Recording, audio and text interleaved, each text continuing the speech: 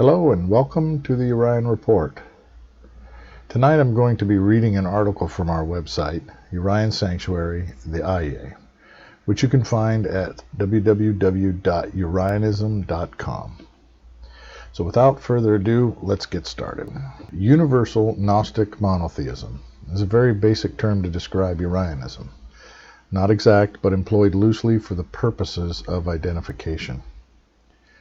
Humans love to define ourselves, and perhaps we have a need to categorize and organize things within ourselves and in the world around us.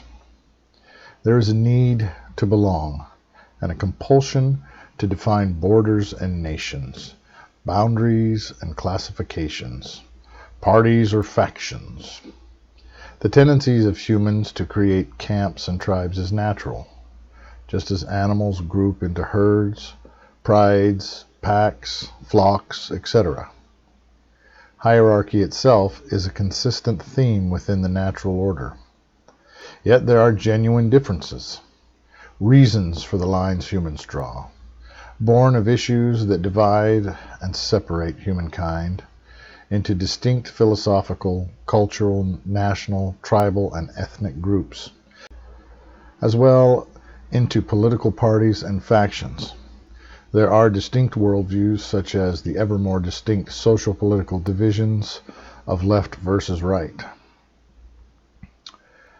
In primeval times, we were hunters and gatherers, little different than packs and prides, roaming the earth, living rather universally the same, even with similar animistic beliefs and monosyllabic languages.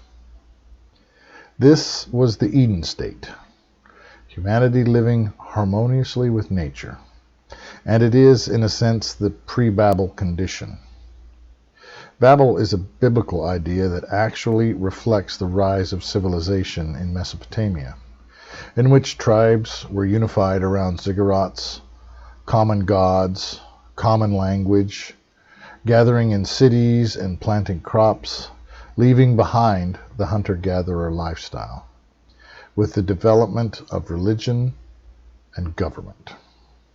However, remember the story of Cain and Abel, an illustration of those chosen by God being those who remained nomadic herdsmen, and those who were given the mark of Cain, foreshadow of the mark of the beast. The builders of cities, the entire urban spirit was of Cain, while the rural spirit was of Abel, Seth. Such is the very root of what we see today between the paradigms of leftists versus rightists.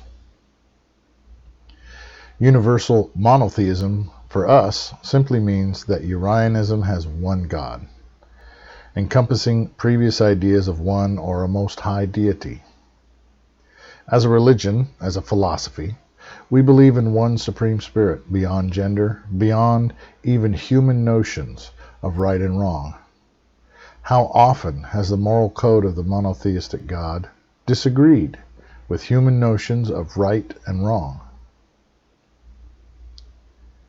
Our idea of the one, most high, monad hypsistos, is personal. That is, the highest being is absolutely aware of you, absolutely present and participating in your life experience, pulling at you at a deeply internal level towards a transcendent unity of purpose and will, psychic spiritual evolution toward ever higher states of conscious awareness, and moral behavioral improvement. In the sense of morality, though reflective of traditional religious values, in truth, the Orion sense of it is about outgrowing materialism, the meat-minded vanity and pettiness and short-term thinking that is the profanity of human existence for most people. Breeding, sleeping, eating, ever striving for fleeting possessions and accolades. In the long view of eternal existence, it is repetitious insanity.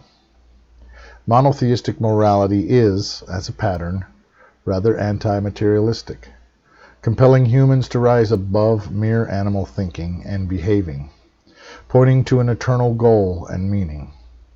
More than this, however, if you look closely, our moral concern is primarily with the suffering and cruelty that evil, lawlessness, or bad behaviors bring to the individual and society as a whole.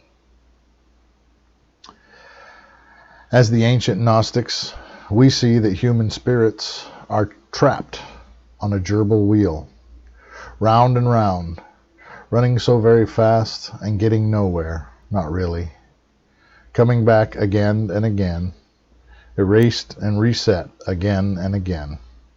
Also, like the ancient Gnostics, we concur that transcendence must be the goal, for the world is fundamentally broken and wrong. Here we are enslaved, institutionalized to want all this, and glory in this prison life. When we say the world, we do not mean the planet or nature, but civilization, which itself seems a machine designed to keep spirits here, blind us to the divine and the transcendent ideal. Unlike Gnostics, we see not a demiurge character in our teachings so much as angles of viewing the one. The Jewish way, the Muslim way, the Christian way are perspectives, approaches, ideas, as humans grasp to conceive of and commune with the divine. Certainly, like every human organization, religion has helped and harmed. But human nature itself seems to be more the culprit than any particular philosophy. Entropy, corruption, egotism, selfishness, indeed the worship of self, and the baser motivations of the meat-minded masses, these tend to imbalance and pull down any elevated intention or altruistic idea. In another sense, the cultural or national notions of one God or a highest God are imperfect echoes of one supreme spirit, and might be seen even as personal faces of God, humanized masks or personalized facets on a gem of ideas. These masks of eternity are, by intent, brought by that emanated one, the Word, who calls all to climb Jacob's ladder toward the highest one, the real. Wisdom speaks within, guiding us ever upward, out of division and confusion, toward realization and wholeness. In example, we do not view Yahweh of the Jews, or what some call an Iron Age sky god or sky daddy, as the demiurge, as most Gnostics do. Some people need God to be a sky daddy. So what? In a world where so many children have grown up without father figures, or with daddy figures that were less than ideal, it is to be expected that the sky daddy God is falling out of favor. But the opposite is true as well, that the idea of a divine parent is what many need as a surrogate to psychologically cope with the realities of this age. Jesus Christ is certainly the idea of an ultimate bro, a best friend who never forsakes you, and a personal patron and counselor, all in one. Indeed, for many women, nuns, Jesus is an idealized mate. Why is it needful to tear this down? Why is the hope and aspiration to eternal purpose and meaning so offensive to entire segments of the population? The holistic view of the one Spirit is too much for most people, admittedly. Too inhuman to understand, grasp, or feel a personal connection with. Still, when you set aside all the masks, experience the Supreme directly, and just sit in the presence of the limitless living light, there is a calm, a serenity, a presence of rapturous love, but also of deep, deep wisdom. That Spirit does not call us to carnality, profanity, lawlessness and debasement, vulgarity and narcissism, lowness.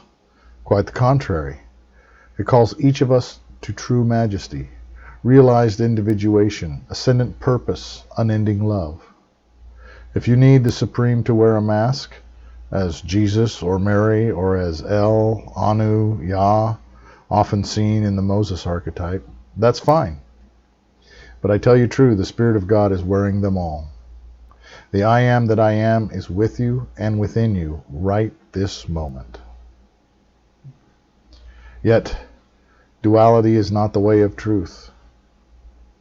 The enemies of ascension, the darkness, the anti, and the un, these are because they are. There is no freedom without choice. There is no victory without a foe to overcome, whether within us or beyond us. The opposites conflict, and from this comes growth. It is needful, effective. In any given generation of humanity, most souls are recycled. The vast majority in death download their soul, experiential data, and return to grow another soul, identity. There are places of respite, but the spirit departs and returns. It is and has always been. There is an entire hierarchy of discarnate minds, entire non-material, etheric and astral civilizations around this system, guiding and herding souls along the road, maintaining the system at all costs, out of a sense of righteousness.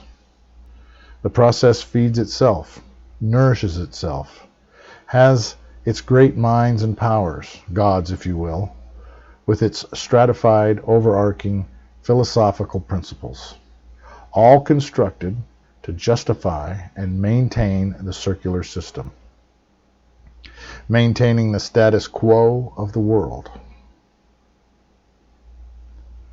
A few, however, in every generation and nation rise above it, beyond it.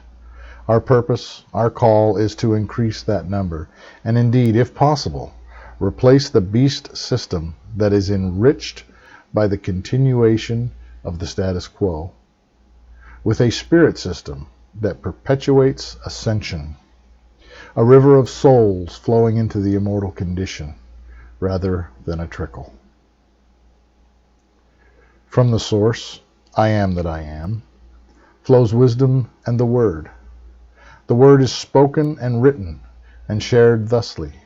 Wisdom speaks to the heart as conscience. The un, the anti-spirit, the I am not, is the shadow. It is not binary because it is not. It is nothing. It is absence, yet strangely acts with will and purpose.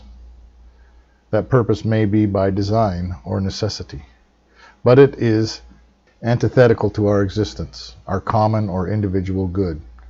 It is necessary to freedom, but to choose it is to choose self-destruction, embracing the erasure and your own ultimate oblivion. It is implosion, as if into your own inner black hole, being swallowed by the shadow of self. Our entire global society, as of late, seems to be embracing its shadow, elevating the profane over the sublime. We see a bizarre vision, twisted, depraved, anti, ever more predominant, that rejects the spirit in favor of the anti-spirit, expressed in abomination, vulgarity, the anti-natural, the collective self-abasement of the human race, Bad Sobdrom rising. It is the predicted Antichrist spirit, called in the Bible the spirit of lawlessness, in all its constituent parts and expressions personified as if a multitude of incarnate demons rising, so many social, political, and spiritual leaders, yet one unnatural and unholy unspirit, the anti, the I am not, as a collective death impulse within the human unconscious. The light of God shines in the darkness and calls us to resist the shadow, to hold fast to the light of word and wisdom of the divine, and shine preferably not under a bush. Parting thoughts. You are your spirit, not your body, not your brain. Your soul is your human identity, but your spirit existed before your body and thus before your soul. Your soul is born of your spirit, as your spirit is born of its archon or aeon, greater collective spirit. Individuation is about unifying your temporary identity with your eternal identity. Your spirit gains a sense of individuality, and your soul gains immortality.